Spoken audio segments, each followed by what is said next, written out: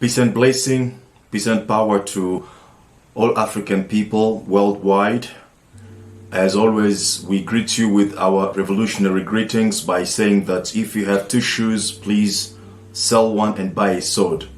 If you have two trousers, please sell one and buy a sword, because now it is time for revolution.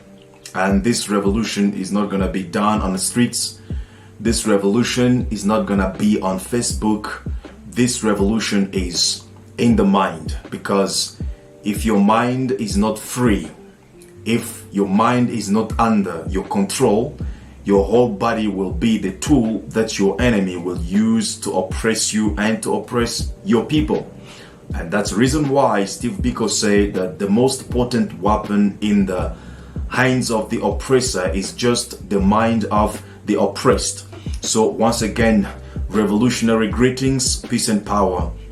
In this, our regular rendezvous where we come to discuss a way forward for Africa and what we need to do for us to get the freedom that we want. And in particular today, I want to share with you quickly a phase that every civilization goes through. And by understanding that phase, or those phases actually, that every civilization must go through, we will be able to evaluate our current position or our current condition in Africa today, to figure out at which stage we are on those phases that every civilization must go through.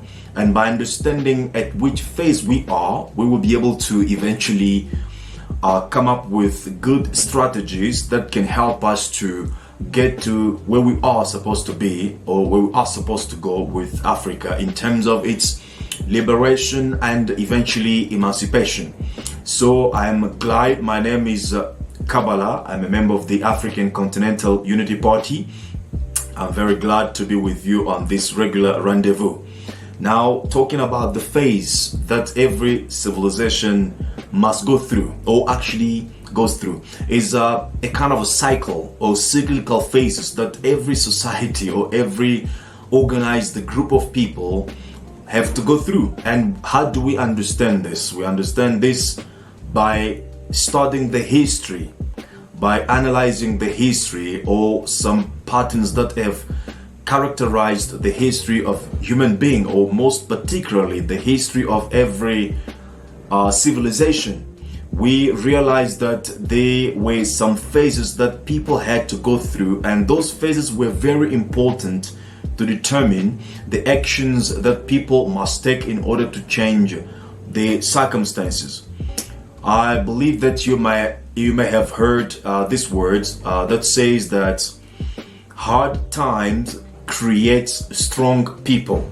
Hard times create strong people, and strong people create easy time, right, for the rest of the society. And easy time also will create lazy or weak people, and weak people finally will have to recreate again another hard time. I don't know if you understand this. We have a hard time first that creates strong people, and strong people, through their actions, they will create easy time, and the easy time will also create weak people, and weak people finally will also make time very hard again for the next generations. So now, for you to understand the depth of this, let's go just in the recent history, about 200 years ago. When you study most particularly the European history, you will see that they were going through a hard time. It was difficult, first of all, to transport the goods from one point to the next point. The transportation, or the cars, or the engine, steam engine as we know it today, was not yet invented then. So it was very tough time. It was a difficult time. Even when you go back, to what is called dark age of European people, or even our own dark age of African people, you will see that it was a very difficult time in which people were, struck by poverty, by all kind of conditions of backwardness, of poverty, not good education, not proper tools for the production of resources, of wealth and stuff like that. So these hard times were the basis, for the creation of strong and powerful people in each society. For example, in Europe, when you see most of inventions that we have in the world today, whether you talk about electricity, whether you talk about the cars, whether you talk about the steam engines, you talk about internet, they all emerged from that dark period, or that hard time that Europeans were going through, that very difficult time where there was no abundance of resources, of wealth, of food and stuff like that. So they had to think harder, to go beyond the normal way of thinking in order to create the tools that had to be responsible for all the wealth that Europe has been able to amass. And most of, when it comes to European particularly, the tools that they've been able to create most effectively are weapons in order to conquer other people, to invade other people and take their resources and stuff like that. But we're not going to go into that part of the story. The point here, or the bottom line here, is that every hard time pushes people to work harder, to do best or to do better than what they are normally doing, to do better than their standard way of doing things. And therefore, by working harder, by doing better, by obviously going beyond the normal way of doing things, they are able to create new opportunities, new tools, new adventures for the whole society to benefit from that. And that's where we have all these wonderful tools that have been created in the world today. And as the strong people emerged, those who created the steam engines, those who created technologies of different kinds, those who created railroads and all those kind of stuff, they make time easy, and the next generation will have to profit from that creativity of the previous generation.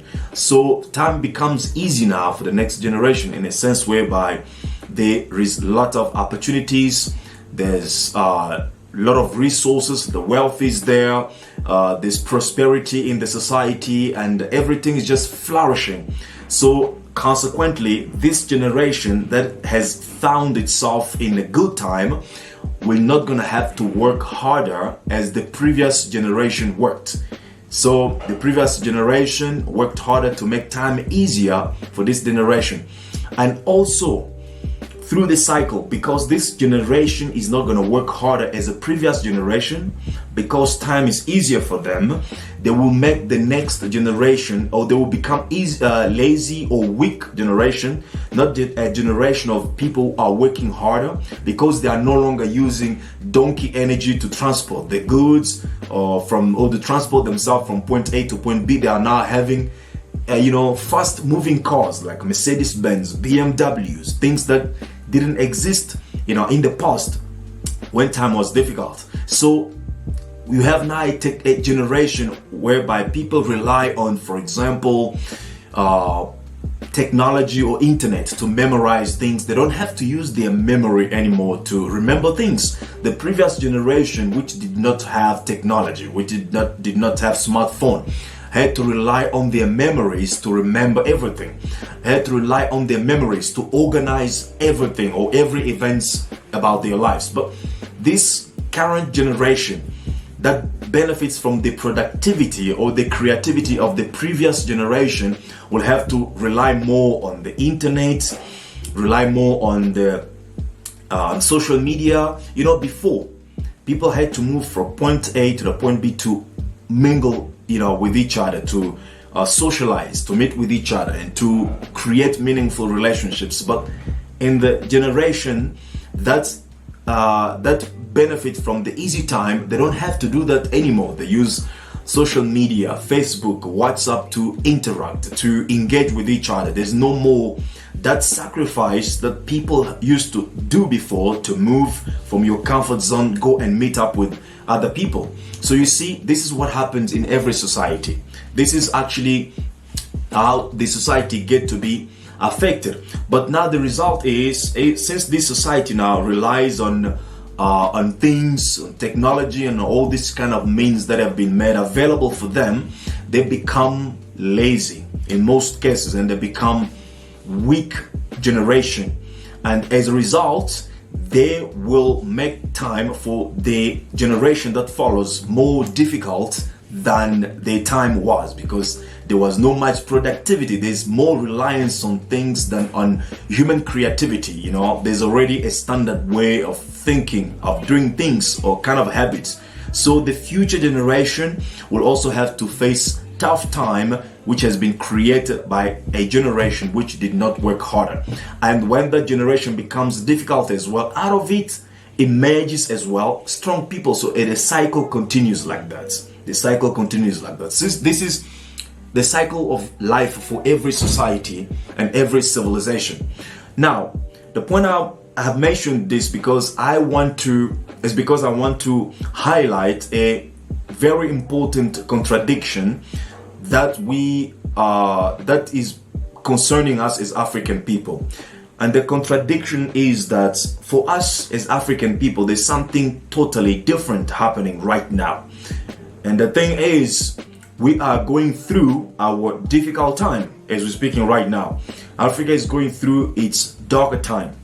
It's difficult time, its hardest time, where there's hardship everywhere, where the resources of Africa do not benefit African people, where our women are working harder and harder for really get just not enough food on the table for their kids. We are in the time where Africans are running away from Africa to cross the Mediterranean water in order to join Europe. So this is a very difficult time for Africa, but what we would have expected, according to this principle that I've just outlined, what we would have expected out of this generation was strong people who concentrate on their thoughts, who create innovating ideas, who create things or tools that Africans can use in order to make their lives easier.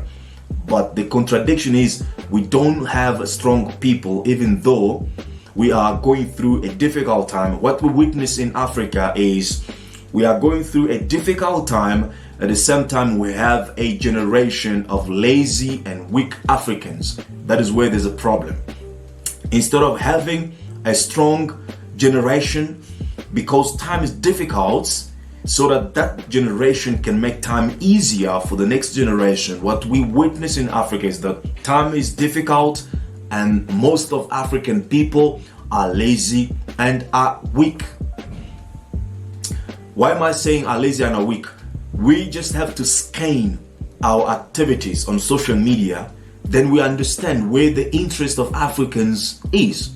In most cases, when we see the social media today, the most common activities that many young African people do is dancing, is pranking, is, if it's a woman, is about showcasing their bodies to make themselves obviously remarkable to the society, because there's nothing in the mind that they can use in order to make themselves remarkable to their society.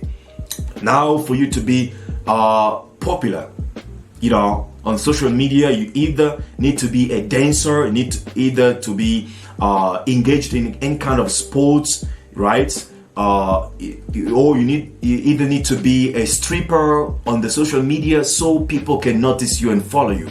This is a generation at which we are, while things are very tough for Africa and there is uncertainty of a better future for African people. And this is most common activities, whether you go on TikTok, on Instagram, on Facebook, this is what you are most likely to see.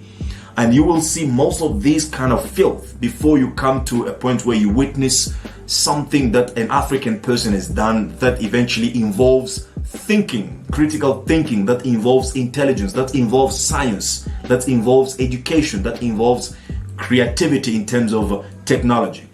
It looks like the only place that we have come to accept as African people is that space of a person who is able to kick the ball, but not to think, to create technology or these things that we need for Africa to re-emerge as a global power base. It looks like the most acceptable place that we have become comfortable with is that place of a dancer or a singer or something like that. But we cannot liberate Africa through dances, through sports, or through music alone. Even though these things can be good for entertainment purpose, but we must be aware and we must realize this really without any kind of doubt that we will only be able to liberate Africa through hard work of thinking, through science, technology, and military industry. So what is our commitment in these things? Science, technology, and military industry. What do? Nothing. We are now a generation of TikTok, of Instagram. Even those who claim to be Pan-Africanist, claim to be self-aware, claim to be revolutionaries or so on, so forth.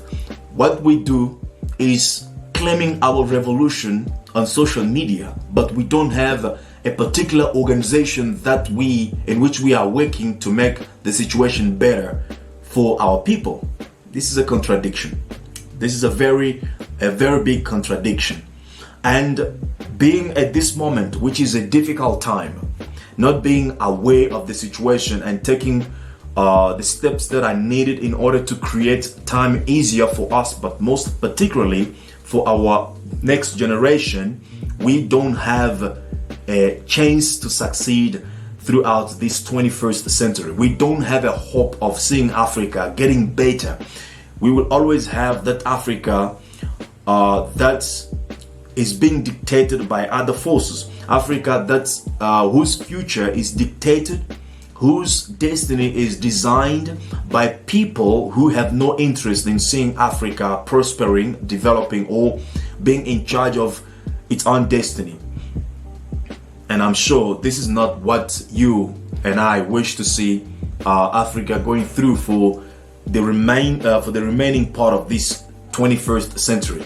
Therefore, I am inviting you, I am challenging you to get involved in any activity. I'm not talking about any discussion alone, because we have discussed so much. We have discussed so much and about a lot of subjects. I'm challenging you to involve yourself in an activity that aims about bringing the freedom and the emancipation that we want to see in Africa.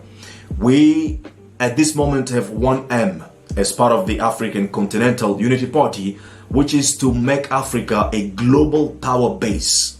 So for Africa to become a global power base, we need some activities, we need organizations, we need institutions.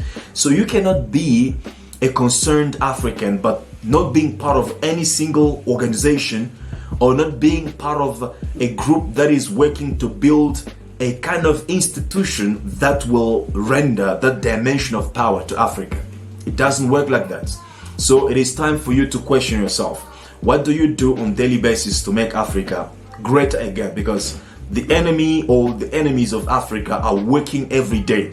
They don't wait to work on the Independence Day alone. They don't wait to work on Marcus Garvey's anniversary alone. They don't work only on, Patrice Lumumba, Kwame Nkrumah's anniversary alone. They are working every day in creating the situation that we are going through right now. And if we are willing to change the status quo, we have to be working also every day. Do something every day. If you cannot do that with your skills, do that with your money. Contribute to an organization that is working to rebuild Africa as a global base. If you cannot work with your money, you can work with your time and energy in making things happening, in teaching other people, in communicating in our communities around the continent, so that we can become self-aware of the situation in which we are right now and what is the best for the future of Africa.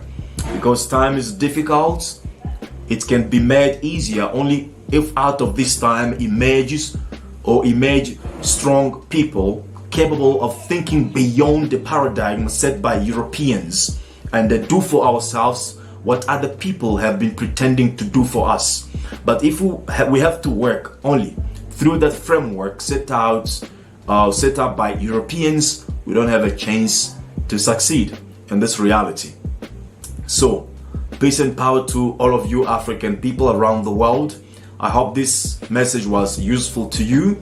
And if it is, please, I will plead with you to kindly like the video, subscribe to our YouTube channel, and please share the video so that many people can eventually get in touch with our contents, because we are coming up with deeply revolutionary contents that will eventually turn upside down and inside out the situation of Africa, because we don't want to leave this century, right? We don't want to live this century without really forging a different way through which Africa must go. If we don't do that, then we are sending our next generations into another 400 years of slavery. You must remember, China is emerging with full force, and America does not want to leave its place for China. Therefore, they must engage in a war. And this war involves all the resources that Africa has in order to build themselves as a superpower.